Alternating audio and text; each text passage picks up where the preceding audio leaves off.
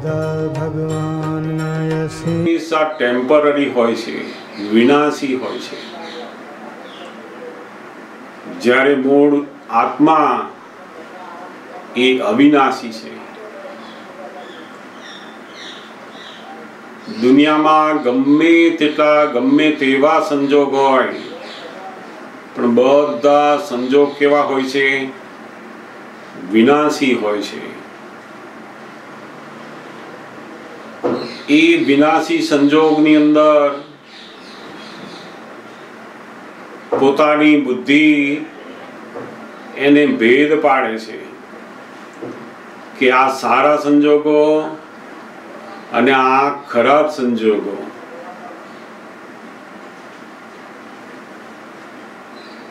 બુદ્ધિનું જે કામ છે શું છે? તો કે ભેદ પાડવું। આને સારા સંજોગ કહેવાય અને ખરાબ સંજોગ કહેવાય। અને તે પણ દરેક વ્યક્તિને અનુસરીને સારું અને ખરાબ થાય, કારણ કે દરેકની બુદ્ધિ અલગ અલગ છે। બાળકની બુદ્ધિ, યુવાનની બુદ્ધિ, વૃદ્ધની બુદ્ધિ, વેપારીની બુદ્ધિ, બધાની અલગ અલગ છે। અને એ પોતાની બુદ્ધિના આધારે ભેદ ઊભો થાય છે કે આ સારો સંયોગ અને આ ખરાબ સંયોગ। એ ખરાબ અને સારાનો જેવો ઓપિનિયન આપ્યો કે તરત જ પેલા સારા સંયોગ ઉપર એને રાગ ઉત્પન્ન થાય અને પેલા ખરાબ સંજોગ ઉપર અંદર દ્વેષ ઉત્પન્ન થાય। જેમ જમવાની અંદર આપણને કેરીનો રસ આપ્યો તો એ સારો સંયોગ, ગમતો સંજોગ, એટલે તરત જ એનો ઓપિનિયન અંદર આપી દે બુદ્ધિ અને રાગ થાય। અને કારેલાનો રસ જો પીવડાવે એને ના ગમતો સંજોગ, એટલે તરત અંદર દ્વેષ ઉભો કરે।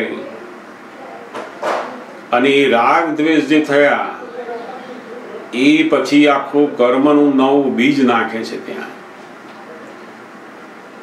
અને એને જ જ્ઞાની પુરુષો સંસાર કહે છે।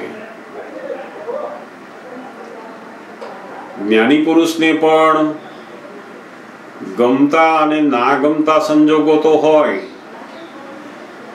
પણ એમની જે બુદ્ધિ છે એ ખલાસ થયેલી છે, એટલે એમને સારો સંજોગ અને ખરાબ સંજોગ એવો દ્વંદ્વ જતો રહ્યો છે। એમને એક જ છે કે સંજોગ છે આ, એટલે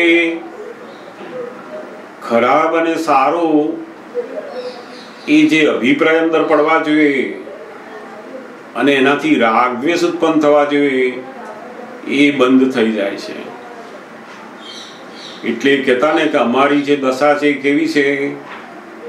તો કે અબુધ દશા। અબુધ દશા એ બિલકુલ રાગ દ્વેષ ના થાય એ બુદ્ધિ જે છે એ જતી રહી છે। સામાન્યપણે જીવન વ્યવહારમાં જે જરૂર છે બુદ્ધિની એ તો છે જ, પરંતુ જે બુદ્ધિ સંજોગોની અંદર અભિપ્રાય આપે કે આ સારો સંજોગ અને એમાં રાગ ઉત્પન્ન કરાવડાવે છે, ખરાબ સંજોગ દ્વેષ ઉત્પન્ન કરાવડાવે છે, એ બુદ્ધિ જતી રહે છે એમની। એટલે બુદ્ધિ ગયા પછીની જે અબુધ દશા છે એમની, એના કારણે એમને બિલકુલ આ સારું અને ખરાબ એ દ્વંદ્વમાંથી બહાર નીકળી ગયા હોય છે। આપણને સારા ઉપર હંમેશા રાગ ઉત્પન્ન થાય। જેમ કોઈ આપણને માન આપે, કોઈક આપણને સારી રીતે બોલાવે એટલે આપણી બુદ્ધિ કહે કે આ તો બહુ સારા, બહુ વિવેકી માણસ છે, બહુ ભણેલા માણસ છે, બહુ કામના માણસ છે. એટલે તરત જ શું થાય, જેવું બુદ્ધિએ પેલો ઓપિનિયન આપ્યો કે આ તો બહુ સારા માણસ, જેવું સારા કહ્યું એટલે પેલો રાગ ઉત્પન્ન થઈ જાય ત્યાં. પછી એ વ્યક્તિ બીજે દિવસે યાદ આવતી થાય, એમ કરતા કરતા કરતા ધીમે ધીમે એની સાથેનું એટેચમેન્ટ થતું જાય છે.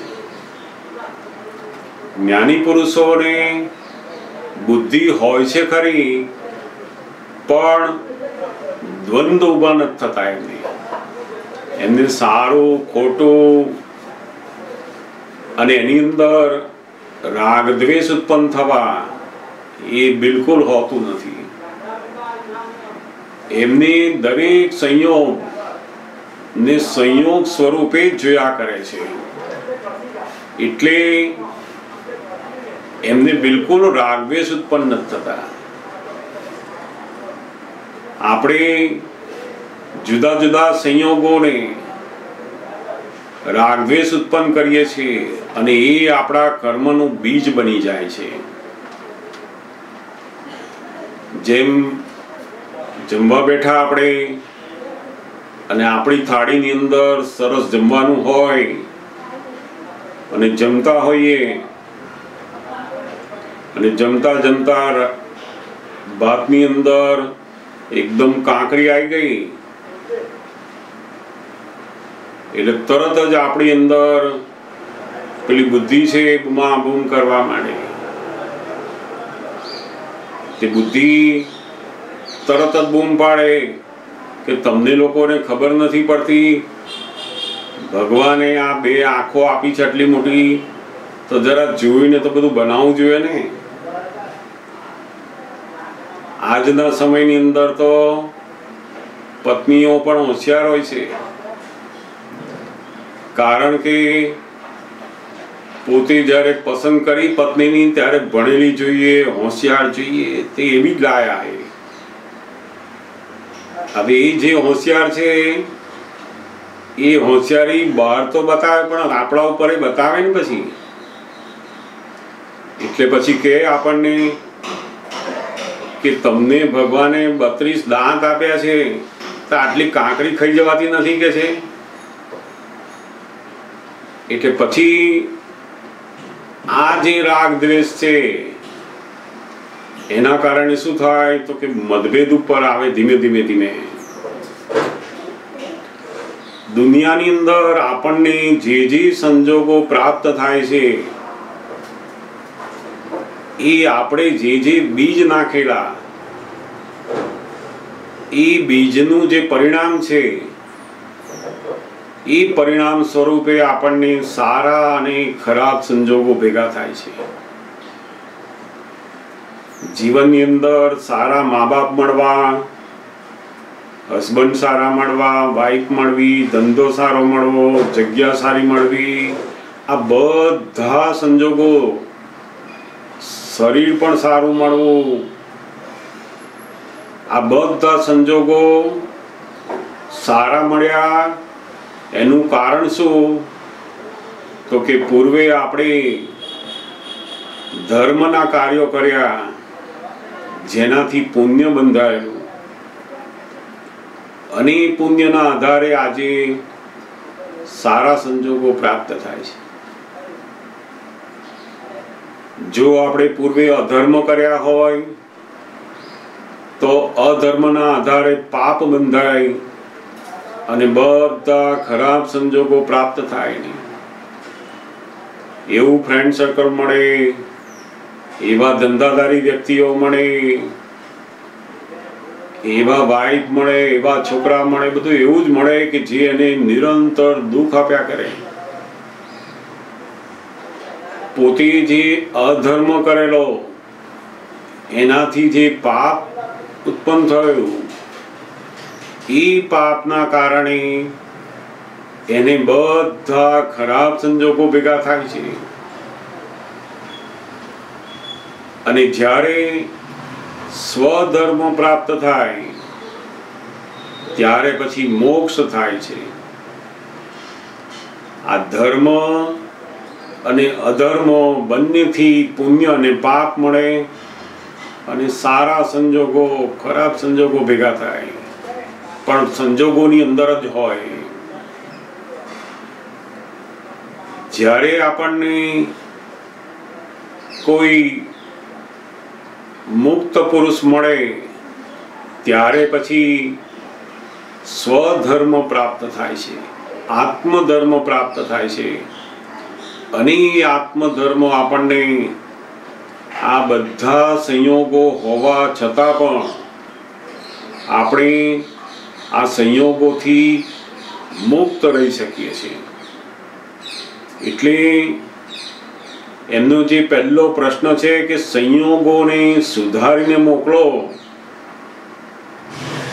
એ દાદા ભગવાન કહેતા કે અમે બાળપણથી જ આવું શીખેલા કે દરેક સંયોગને અજવાળીને મોકલું, સુધારીને મોકલું. એટલે શું? તો કે જેમ આપણે ત્યાં કામ કરનારા હોય, આપણે નક્કી કર્યું હોય કે ભાઈ મહિને તમને 2000 રૂપિયા આપવાના, મારું આટલું કામ ઘરનું કામ છે, તમારે રોજ જે કરવાનું. આપણે બધું નક્કી કર્યું, બધું થયું. હવે મહિનો પૂરો થયો એટલે એણે 2000 ના બદલે આપણને કહ્યું કે આ વખતે તો તમારે ત્યાં બધા મહેમાનની અવરજવર બહુ હતી, મારે બહુ કામ ટાઈમ ગયો એમાં, તો તમારે 2000 નહીં પણ મને 2500 રૂપિયા આપશો. આપણે 2000 નક્કી કર્યા પણ કામ તો તમારું બધું વધી ગયું, એટલે હવે એણે માંગણી કરી 2500 રૂપિયાની. હવે આ જે સંયોગ છે એમાં શું થાય? તો કે સમજણ વાળો જે માણસ હોય એ આ સંયોગોને સુધારીને મોકલે. સુધારીને મોકલવા એટલે શું? તો કે એની સાથે કોઈ પણ જાતની ગૂંચ પડે નહીં, એવી રીતે પોતે આ સંયોગને ઉકેલે. એને સમજાવે કે બેન, કોઈક વખત આવું કામ વધારે હોય, આવતા મહિને કોઈ નહીં હોય તો કામ ઓછું હશે એકદમ. એની જોડે કોઈ પણ રીતે એવી રીતે એને સમજાવીને વાત કરીને, અને છેવટે ના સમજે તો 100 રૂપિયા 200 રૂપિયા વધારે આપીને પણ એની જોડે ગૂંચ ના પડે, એનું મન બગડે નહીં, એવી રીતે આપણે એ સંજોગને સુધારીને મોકલીએ તો શું થાય? તો કે જે સંજોગને આપણે સુધારીને મોકલ્યા એમાં વેર બંધાતું બંધ થતું જાય. આ સંજોગોને અહંકારે કરીને આપણે બગાડ્યા છે. આપણે અહંકાર શું કરે? તો કે આપણે નક્કી કરેલું એ જ હું તો આપું, હું બીજા આપું નહીં, તે નક્કી કરેલું છે. હવે એ સંજોગની અંદર પોતાના અહંકારે કરીને એટલી બધી આગ્રહ રાખે કે પેલી બેન સાથે એને ગૂંચ પડી જાય. કામવાળા જોડે, ઘરનાઓ જોડે, પડોશીઓ જોડે, સગાવાલા જોડે, જ્યાં જ્યાં બધા જાત જાતના સંજોગો ઊભા થાય છે, ગમતા ના ગમતા, એમાં ના ગમતા સંજોગોમાં આપણો જે અહંકાર છે એ ગૂંચ પાડી દે છે. દાદા ભગવાન કહેતા અમે બાળપણથી આવું શીખી ગયેલા કે કોઈ પણ સંજોગની અંદર ગૂંચ પડવા દેવી નહીં, એને ઉકેલવાનો છે. અમે સંજોગને સુધારીને મોકલતા, એને 100 રૂપિયા 200 રૂપિયા વધારે આપીએ અને એને કહીએ કે ભાઈ હવે તો ખુશ છું, તું વાંધો નહીં ને, એવું હોય તો આવતા મહિને તું થોડુંક ઓછું કામ કરજે કહીએ. એટલે ખુશ થઈ જાય કે હા કશો વાંધો નહીં મને, અને એ મનમાં બિલકુલ આપણા પ્રત્યેનો દ્વેષભાવ એને પણ ના રહે અને આપણે પણ ના રહે. કેટલાક લોકો તો પૂરેપૂરા પૈસા આપે ખરા, પણ કહે કે હવે તારા જેવા કામવાળા તો મને જોઈએ જ નહીં. તે પૈસા પૂરા આપ્યા અને જોડે જોડે એ સંજોગની જોડે શું કર્યું એને, તો કે બગાડ્યું. સંજોગોને સુધારવું એ તો બહુ મોટું જ્ઞાન છે. અને ક્યારે સુધરે, તો કે પોતાનો જે અહંકાર છે, પોતાનો જે ઈગો છે, એ જ્યારે નોર્મલ થાય ત્યારે સંજોગોને સુધારીને મોકલે. દરેક જગ્યાએ જેમ લગ્ન પ્રસંગ હોય, એ બધા સંજોગો હોય, એમાં ગમતા હોય, ના ગમતા હોય, ના ગમતા મહેમાન આવ્યા, અત્યારે મનની અંદર ક્યારે જવાના, આ લોકો કેટલા વહેલા આવી ગયા, આપણે તો આટલું બધું કામ પડ્યું હોય ને એ લોકોને ખબર નથી પડતી ક્યારે જવું. એટલે અંદર મન ઊંચું નીચું થયા કરે, ક્યારે જાય ક્યારે જાય ક્યારે જાય, અહીં શું લેવા આવ્યા પહેલા, આવું તો અવાતું હશે. કેટલો અંદર પોતે દ્વેષ કરી નાખે. તેથી કરીને કઈ પેલા આવેલા જે મહેમાન છે એ સંજોગ છે, જતો રહેવાનો નથી. સંજોગ એ તો તમારા કર્મના હિસાબે આવેલો છે. આપણને આજે નથી ગમતો તેથી કરીને જતો નહીં રહે, પરંતુ આપણે જો ઊંધું ધ્યાન કરીશું, એના માટે દ્વેષ કરીશું, અંદર અભાવ ઉત્પન્ન કરીશું, તો એ બધા ફરી પાછા આપણને એવા સંજોગો ભેગા થશે. ત્યાં આગળ આપણે એ સંજોગને સુધારીને મોકલવાનો. એ આવી જ ગયા છે, કંઈ વાંધો નહીં, તમે આયા બહુ જ સારું કર્યું, જો તમને અનુકૂળ હોય તો આવી રીતના રહો, તમે આ જગ્યાએ જઈને રહો, હમણાં તમે જો આટલું કામ મારે છે તમે મદદ કરવા લાગો તો સારું. કોઈ પણ રીતે એમના પ્રત્યેનો જે દ્વેષભાવ ઉત્પન્ન થાય છે, મન બગડે છે, એ આપણે આ સંયોગને બગાડીએ છીએ. સંયોગને સુધારો. દાદા ભગવાન બહુ જ સુંદર દ્રષ્ટિ આપણને આપી છે કે આ દરેક અવળા સંજોગની અંદર આપણે બિલકુલ દ્વેષભાવ ઉત્પન્ન ના થાય, તો જાણવું કે આપણે આ સંજોગને સુધારીને મોકલ્યો. એટલે બહુ બહુ સુંદર આ દાદા ભગવાનનું વાક્ય છે. ઘણા બધા વાક્યો એમના એટલા સુંદર છે કે જે આપણી જ્ઞાન જાગૃતિ માટે ખૂબ જ કામ લાગે એવા છે. એમાંના બીજા જે વાક્યો છે કે પ્રાપ્ત સંજોગોને ભોગવો, અપ્રાપ્તની ચિંતા ના કરો, એ પણ ખૂબ સુંદર વાક્ય છે. જેમ કોઈ માણસ આપણા પૈસા લઈ ગયો હોય, ઉછીના આપણે આપ્યા હોય નહીં, આપણે કહ્યું હોય કે ભાઈ મહિના પછી તું આપી જજે પાછા, એ તો મહિના સુધી આપવા આવ્યો નહીં, આપણે 2 વખત ઉઘરાણી કરી તોય આપવા આવ્યો નહીં, અને પછી બીજા મહિને એના હાથમાં પૈસા આવ્યા અને તરત આપણને આપવા આવ્યો. આપણા પોતાના પૈસા જે ફસાઈ ગયેલા, એ પૈસા એ પાછા આપવા આવ્યો, એ જ્યારે પૈસા પાછા આપતો હોય ત્યારે આપણને કેવું લાગે, તો કે એકદમ આનંદ લાગે કે ઓહો મારા ફસાયેલા પૈસા પાછા આવી ગયા. મને એ વખતે આપણા પૈસા પાછા આપવા આવ્યો ત્યારે આપણને સુખ લાગે. એવી જ રીતના આપણે જે કર્મના હિસાબો બાંધેલા છે, આપણે જે પહેલા પૈસા ધીરેલા એમાં પાછા આવ્યા, એવી રીતના કર્મ જે ધીરેલા છે એ પાછા આવે ત્યારે એવું જ આનંદ થવો જોઈએ.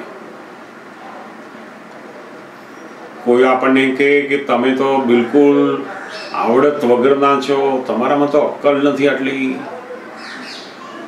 એવો સંજોગ આવ્યો એટલે તરત જ આપણે શું કરવાનું? તો કે આપણું પેલું ધીરેલું હતું એ પાછું આવે છે. આનંદ કરો ત્યાં આગળ. આ સંયોગ છે. સંયોગને સંયોગ સ્વરૂપે જાણીએ એટલે શું? તો કે વિનાશી છે. તો આજે આપણા માટે ખરાબ બોલે, કાલે સારું બોલશે, એ સંયોગ છે. આપણે એના ઉપર રાગ નથી કરવાનો, અને આજે આપણું ખરાબ બોલે છે તો દ્વેષ નથી કરવાનો આપણે. એટલે દરેક સંજોગને આપણે સંયોગ સ્વરૂપે જોતા થઈએ ને બિલકુલ રાગ દ્વેષ ઉત્પન્ન ના થયા તો આપણે ચોખ્ખા મને આપણે આ સંજોગોને મોકલ્યા સુધારીને આપણે. સમજાય ને? એટલે બુદ્ધિ જે છે આપણી અંદર એ આ જ્ઞાન લીધા પછી પણ ડખો કર્યા કરે કે આ સંજોગ સારો, આ સંજોગ ખરાબ. પોતે જે નક્કી કરેલું હોય, પોતાની જે માન્યતા હોય એની સારો કે, અને બીજાની જે માન્યતા હોય મારા માટે ખરાબ. આપણે સત્સંગમાં જવું હોય એ સંજોગ સરસ, અને જો નોકરી ઉપર જવાનું થાય તો એ સંજોગ ખરાબ. એમ આ કઈ કરવાનું આવ્યું? તે બુદ્ધિએ જેવું અંદર આ સારું અને ખોટું કર્યું એટલે તરત જ એની અસરો આપણને શરૂ થાય. પછી જેમ અત્યારે આપણને આ કોરોનાના લીધે ઘરે બેસવાનું આવ્યું એટલે આપણને થાય કે આ તો રોજ ઘરે જ બેસી રહેવાનું, ઘરે જ બેસી રહેવાનું, કઈએ જવાય નહીં, કઈએ. એટલે અંદર બુદ્ધિ શું કરે? બહુ ખરાબ, બહુ ખરાબ. તે જેવું આ સંજોગને એને ખરાબ કર્યો એટલે એવી અસર શરૂ થઈ જાય છે. અને જેવા સંજોગ ખરાબ નથી કે સારો નથી, પણ બુદ્ધિ એ કરીને શું લાગે છે? તો કે આ ખરાબ અને સારું લાગે છે. એને દાદા ભગવાન ડખો કહે છે.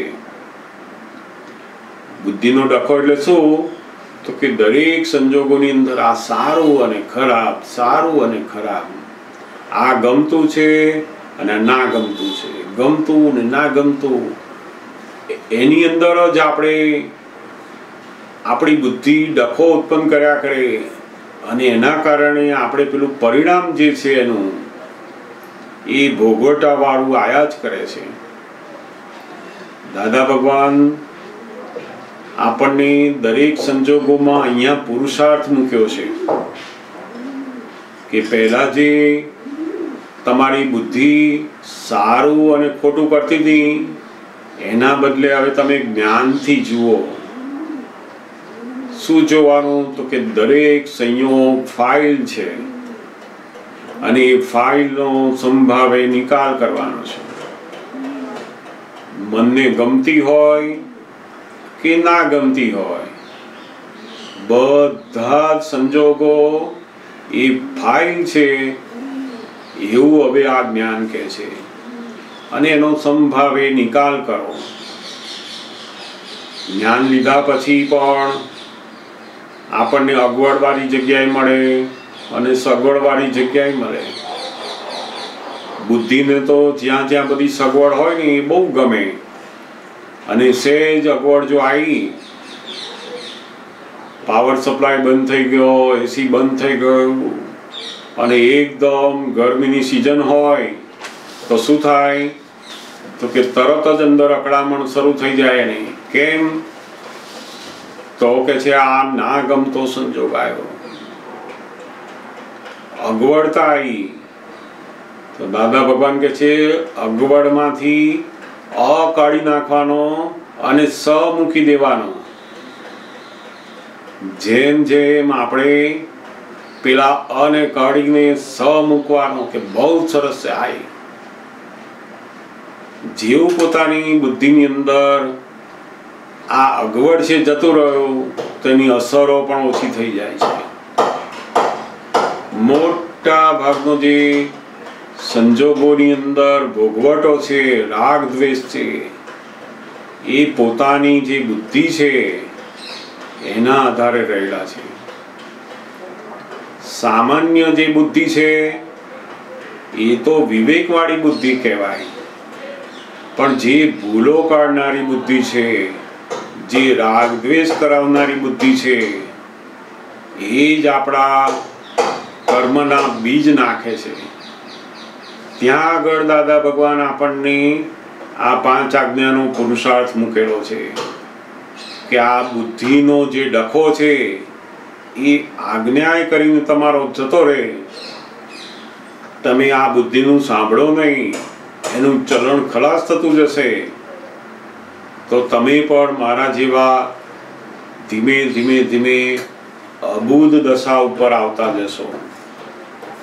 એટલે બહુ સુંદર આ પહેલો એમનો પ્રશ્ન છે.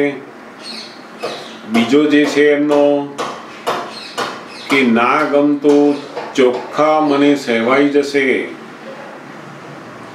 ત્યારે વિતરાગ થવાશે. ના ગમતું તો દરેકને આવ્યા જ કરે.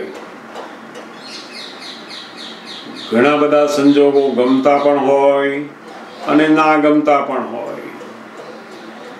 જીવનની અંદર ગમતા અને ના ગમતા સંજોગો તો આવ્યા જ કરે.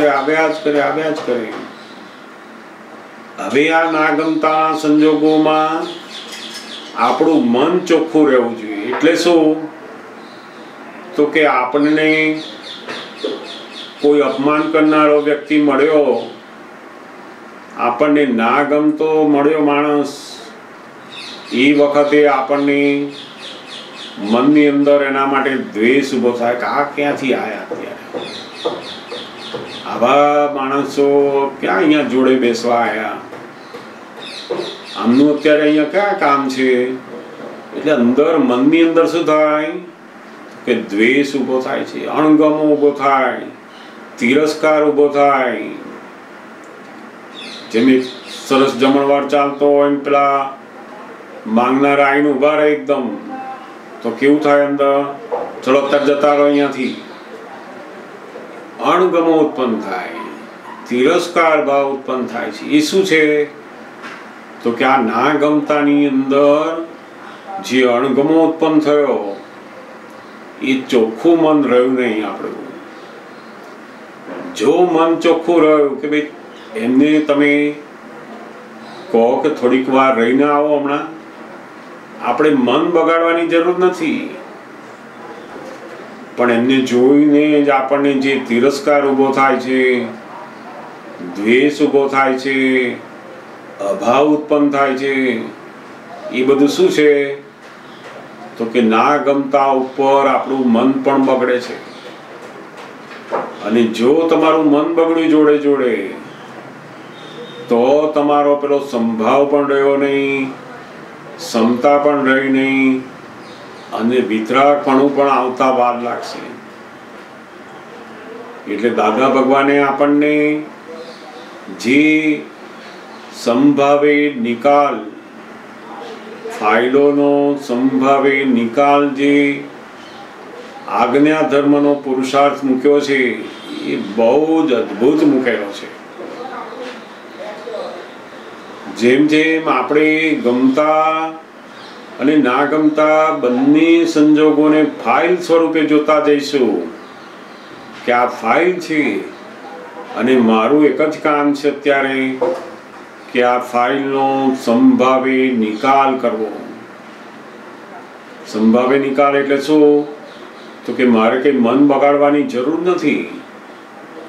અને કદાચ મન બગડી ગયું, આપણે બગાડવું નથી, પણ છતાંય મનની અંદર એ સંજોગ માટે, એ વ્યક્તિ માટે આપણને અંદર અભાવ ઉત્પન્ન થઈ ગયો તો તરત જ આપણે પ્રતિક્રમણ કરાયું તો એ સમભાવમાં આજ્ઞા ધર્મની અંદર આપણે આવી ગયા. આજ્ઞા ધર્મ સંભાવ એ ધીમે ધીમે ધીમે સમતા ઉપર લાવશે આપણને. સમતા એ આ બધા જ્ઞાનનું પરિણામ છે. આજ્ઞા ધર્મનું જે પરિણામ શું આવવાનું તો કે નિરંતર દરેક સંયોગોમાં સમતા વર્તે. સમતા એ બહુ અદ્ભુત સમજણનું પરિણામ છે. સહનશીલતા નહીં. ઘણા લોકો એવા જોવા મળે કે ગમે તેવા સંજોગો આવે પણ પોતે સહન કર્યા જ કરે. તે આ સહનશીલતા વાળા તો ઘણા જોવા મળે, પણ એનાથી શું થાય તો કે આ સહનશીલતા વાળો ગુણ એ તો અહંકારી ગુણ કહેવાય.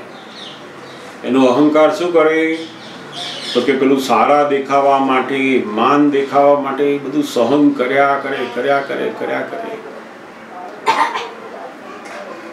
કોઈ પ્રોગ્રામ ચાલતો હોય, બધા બેઠેલા હોય અને ત્યાં આગળ જો છોકરો કશું ખરાબ કરે તો એને લડે નહીં, હસતા એનું રાખે બધું. કેમ તો કે ત્યાં આગળ એ છોકરો એમના સામે કશું મારે, ગમે તે કરે નહીં તો એ સહન કર્યા કરે. ઘણા લોકો એવા પ્રોફેશનલ જગતમાં જોવા મળે કે બહાર બિલકુલ હસતા જ્ઞાની જેવા લાગે કે એમને કોઈ પણ સંજોગોની અસર થતી નથી, પણ એ શું કરતા હોય તો કે સહન કરતા હોય. કપટ બધું સહન કરતા હોય, સહન કરી જાય. પછી જ્યારે એકલા પડે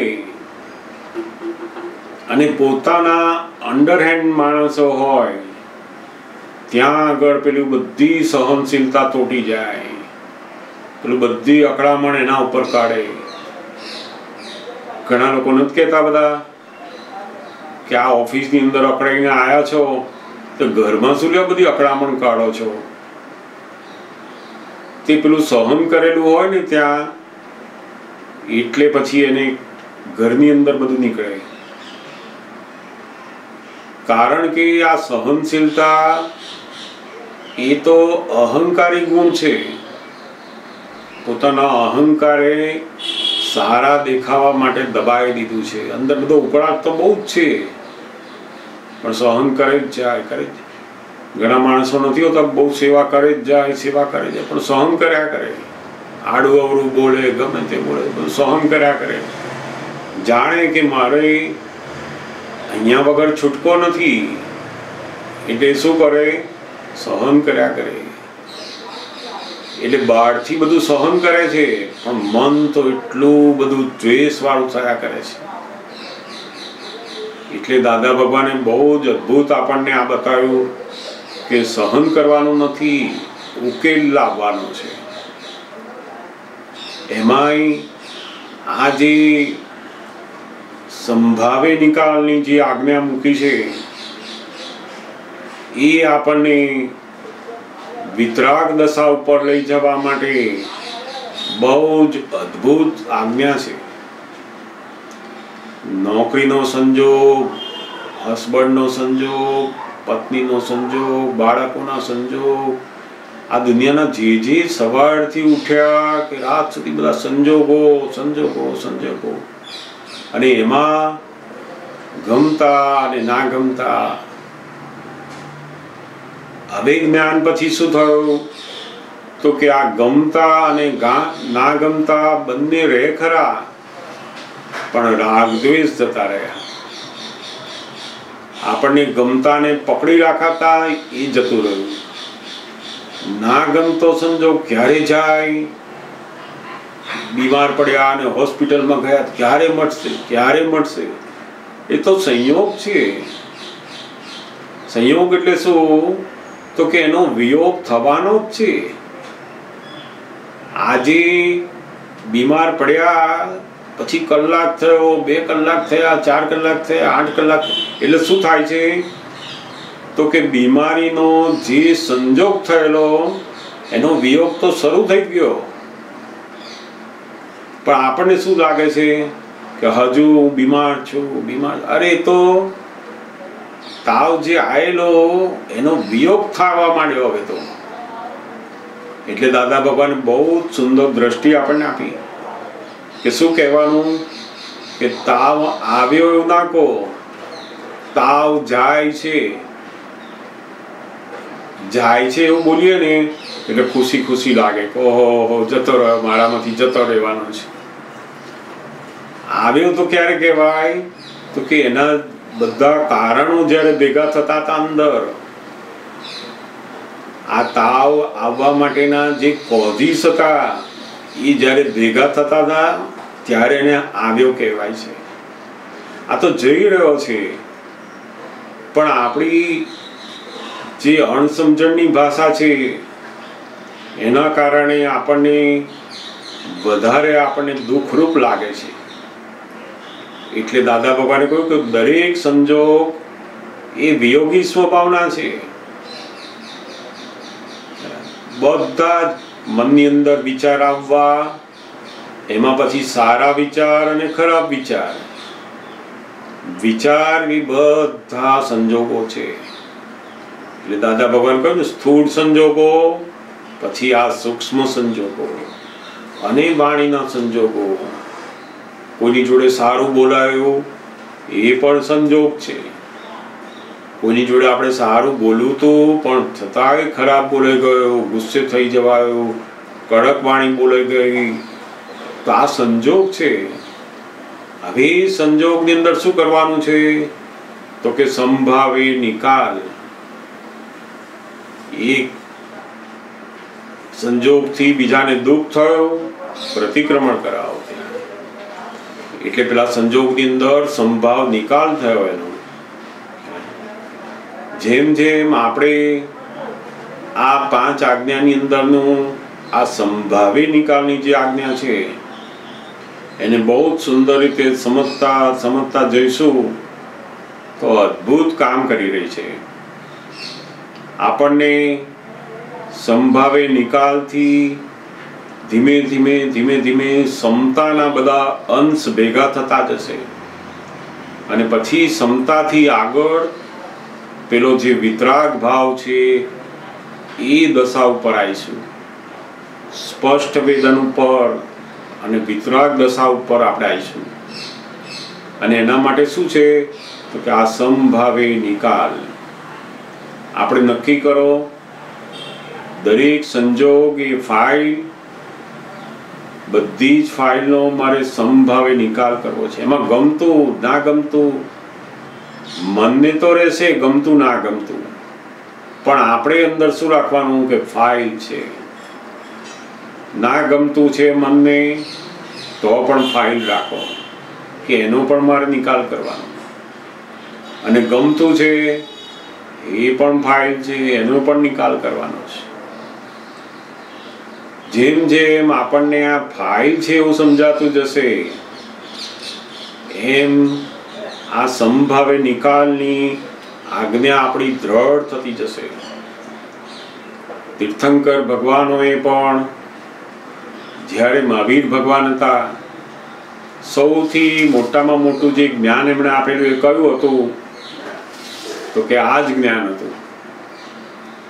એમના શબ્દો એ જ હતા, એગો મે સાચો અપ્પા નાણ દર્શન સંજુઓ. હું એક શાશ્વત આત્મા છું, અને એ આત્મા કેવો તો કે જ્ઞાન અને દર્શન વાળો. એગો મે સાચો અપ્પા જ્ઞાન દર્શન સંજુઓ, શેષા મે બાહિરા ભાવા સવ્વે સંજોગ લખણા. સંજોગ મૂલા જીવેણ પત્તા દુઃખ પરંપરા તમ્હા સંજોગ સંબંધમ સૌવમ ત્રિવેણ્યમ વોસરિયામી. મહાવીર ભગવાન જ્યારે એમની દીક્ષા આપતા ત્યારે આ માગધી ભાષાના જે જ્ઞાન સૂત્રો છે એ બોલાવતા. તો કે આ સૂત્રો શું છે? તો કે હું કેવળ જ્ઞાન દર્શન વાળો આત્મા છું અને એ સિવાયના બધા 12 સંજોગો છે અને એ બધા સંજોગો હું તમારા ચરણે વોસરાવી દઉં છું.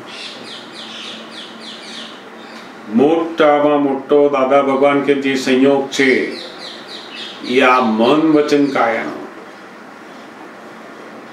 અને એ સંજોગ આપણે જ્ઞાની પુરુષના ચરણમાં સમર્પિત કરી દઈએ છે ત્યારે આ સંયોગો પછી બંધન કરતા રહેતા નથી. એટલે દાદા ભગવાને આપણને પણ આ બધા સંજોગો આપણે વોસરાવી દીધા અને હવે જે સંજોગો આવી રહ્યા છે એ સંજોગોમાં આપણે આજ્ઞાની જાગૃતિ મૂક્યા કરીએ છીએ. એટલે દરેક સંજોગ પાછા શું કરીએ છીએ? જ્ઞાનીને વોસરાવીએ છીએ આપણે.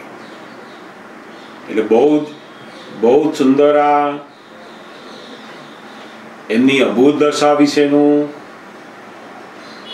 ના ગમતા સંજોગોની અંદર આપણે ચોખ્ખા મને રહેવાનું, કેવી રીતે રહેવું એ જો સમજાય તો આખું વિતરાગ દશા ઉપર આપણે આવતા જઈએ. એટલે એમના આ બંને પ્રશ્નો બહુ સુંદર વાક્યો છે એમના, એ આપણે જોયા. અને ઘણીવાર દાદા ભગવાન એક બહુ સુંદર અદ્ભુત વાક્ય પણ આપણને પ્રાર્થના સ્વરૂપે કહેતા કે તમારે રોજ એવી એક પ્રાર્થના કરવી કે પ્રાપ્ત સંયોગોનો સુમેળ સાધી સમતા ભાવે નિકાલ કરવાની અમને શક્તિ આપો. આપણને જે પ્રાપ્ત સંયોગો હોય એનો સુમેળ સાધવાનો.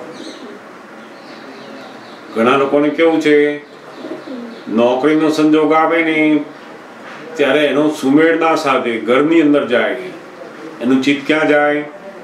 ઘરમાં જાય.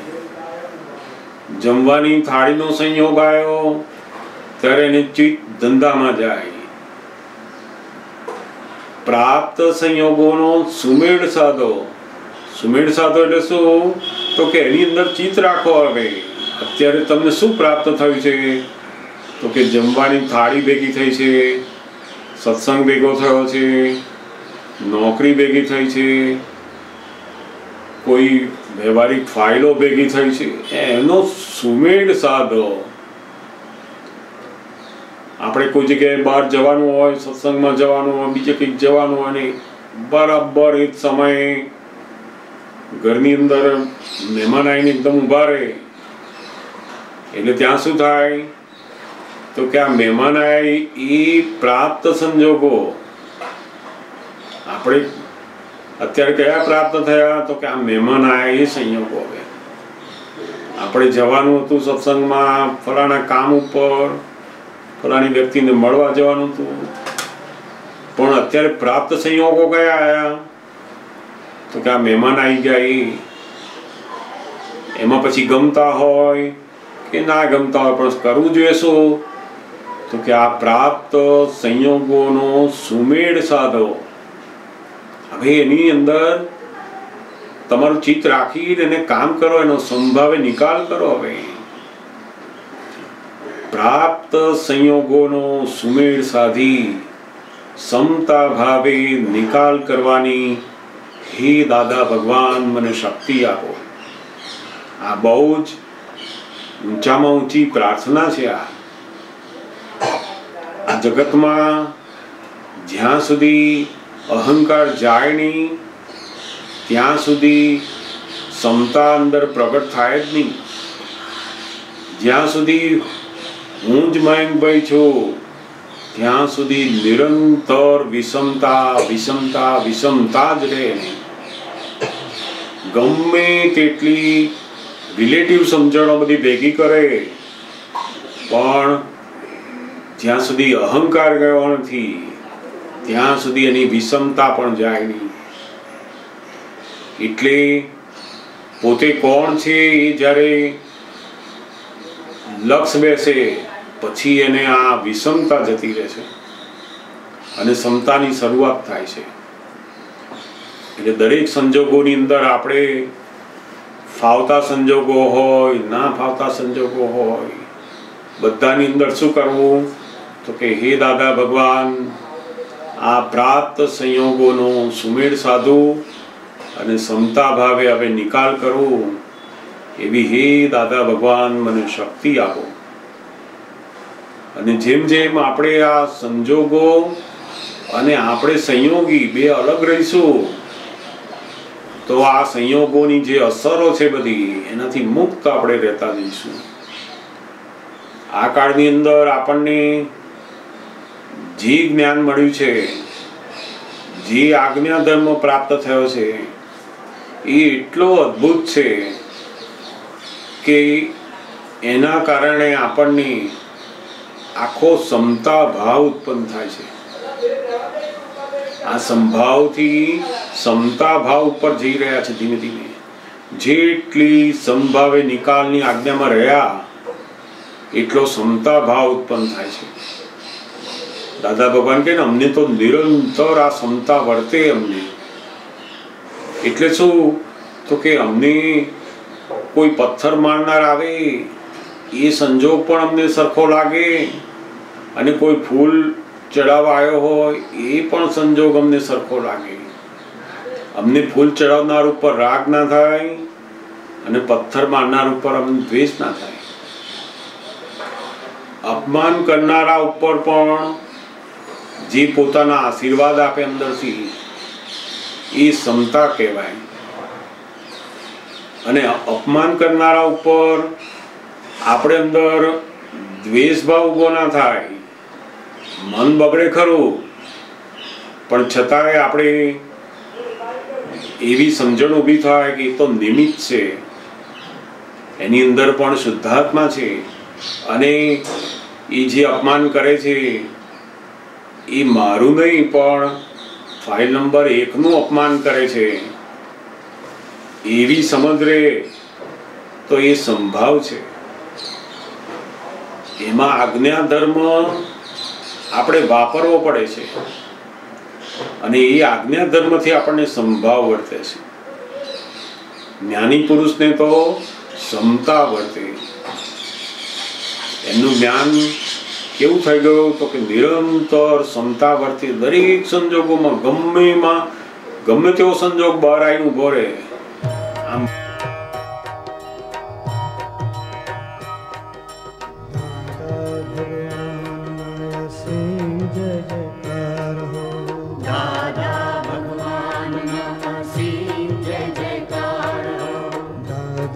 ભગવાન